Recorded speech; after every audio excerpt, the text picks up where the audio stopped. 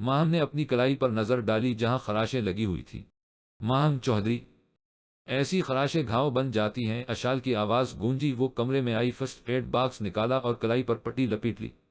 مزمل بھی اپنے bed room میں آیا، فریج کھولی، اس میں سے پائن ایپل کا جوس نکالا اور پینے لگا۔ اس نے ایک ہی سانس میں سارا جوس ختم کر دیا تھا۔ اس کے بعد وہ اپنے بیڈ پر ٹیک لگا کر بیٹھ گیا اور سوچنے لگا، یہ میرے ساتھ کیا ہو رہا ہے؟ اس کے دماغ سے آواز آئی، میں بتاتا ہوں تمہیں، اس سے محبت ہو گئی۔ دل نے جلدی سے اطلاع دی، بکواس مت کرو، یہ جھوٹ ہے۔ دماغ نے دل کی بات پر شدید رد عمل دکھایا، پھر سمجھاتے ہوئے بولا، بی پریکٹیکل بیگ صاحب، تم دل کی کسی بات کو سیریس مت لو، یہ تو پاگل دیوانہ ہے، مجھے محبت ہو گئی ہے۔ دل نے سادگی سے اقبال جرم کر لیا، شٹ اپ، محبت ہو گئی ہے؟ محبت ایک ایسا لفظ ہے جس کا سہارا لے کر دنیا میں سب سے زیادہ دھوکہ دیا جاتا ہے۔ کیوں بیگ صاحب؟ میں نے ٹھیک کہا نا، یہ تمہارے ہی الفاظ تھے۔ کیا تمہارا اب بھی محبت پر یقین ہے؟ دماغ نے مضبوط دلائل بیگ صاحب کو پیش کیے۔ مزمل صاحب، میں بتاتا ہوں، آپ کا محبت پر اب بھی یقین ہے، صرف انسانوں سے اٹھ گیا ہے۔ دیکھو بری، تم مزمل صاحب کو ڈسٹرب مت کرو۔ دل نے دماغ کی گھن گرج والی تقریر سننے کے بعد بڑی تحمل مزاجی سے جواب دیا۔ مزمل بیڈ کے ساتھ ٹیک لگائے ہوئے دل اور دماغ کی جرح سن رہا تھا۔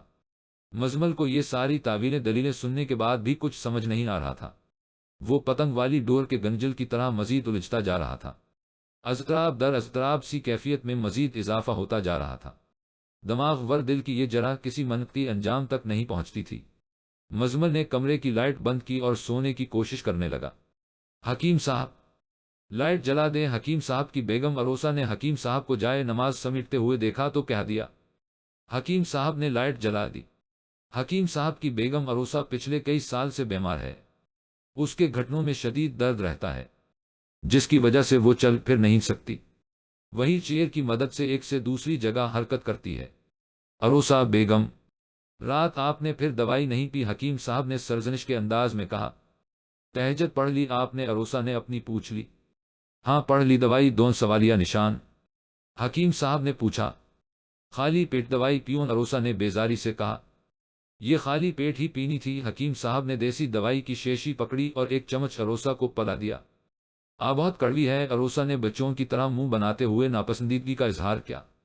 اروسا بیگم، سچائی اور دوائی بھلے ہی کڑوی ہوں، فائدہ ضرور پہنچتا ہے۔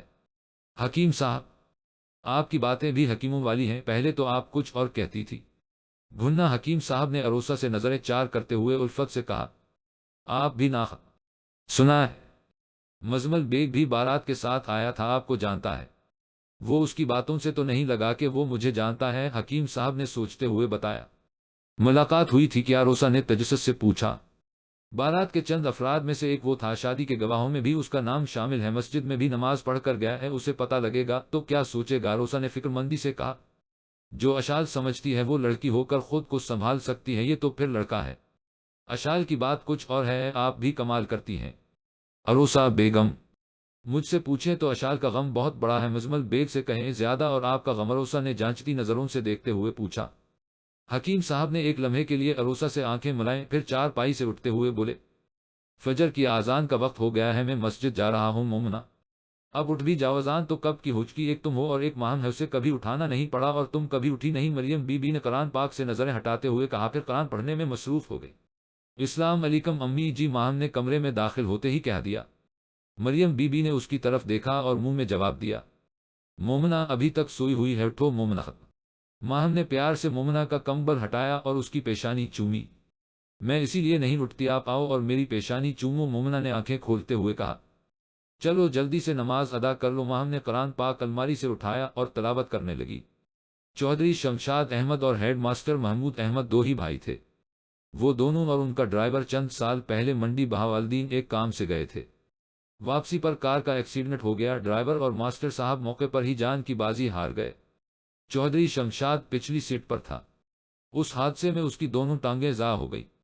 ہیڈ ماسٹر محمود احمد کی دو بیٹیاں ہیں، بڑی ماہم چودھری اور چھوٹی مومنا چودھری۔ ماہم نے ایم اے ایڈ کرنے کے بعد لڑکیوں کے لیے ہائی اسکول بنانے کا ارادہ ظاہر کیا۔ ماسٹر صاحب نے خوشی خوشی اپنی بیٹی کی بات مان لی۔ چودھری شمشاد اور ہیڈ ماسٹر محمود کی مشترکہ زمین 20 مربع تھی، جن کی دیکھ بھال چودھری شمشاد کے ذمہ تھی۔ ماسٹر صاحب نے کبھی اپنے بڑے بھائی کے معاملات میں دخل نہیں دیا تھا، وہ جو کچھ زمینوں کی آمدن سے دیتا ماسٹر صاحب خاموشی سے رکھ لیتے۔ دونوں بھائیوں کی حویلیاں مہاراج کے گاؤں میں ہی تھیں۔ ماہم کی خواہش تھی کہ مارا جیم کے گاؤں سے 4 کلومیٹر دور میں جی ٹی روڈ ہے، وہاں پر ایک اسکول بنایا جائے اور اس کی پچھلی طرف اپنا گھر۔ جی ٹی روڈ کے ساتھ ساتھ کافی سارا رقبہ ماسٹر محمود کا ہی تھا، اس لیے اس ارادے کو عملی جامہ پہنانے کے لیے کوئی خاص مشکل پیش نہیں آئی۔ اسکول اور گھر ماہم کی منشا اور مرضی کے عین مطابق تعمیر ہو گئے۔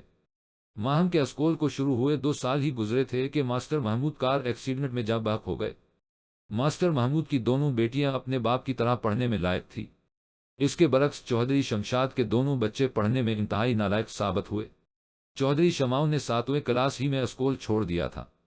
شمائل 4 بار میٹرک کا امتحان دینے کے باوجود ناکام ہی رہی، اس کے مقابلے میں اس کی سہیلی ستارہ BA کرنے کے بعد ماہم کے اسکول میں ٹیچر کی نوکری کر رہی ہے۔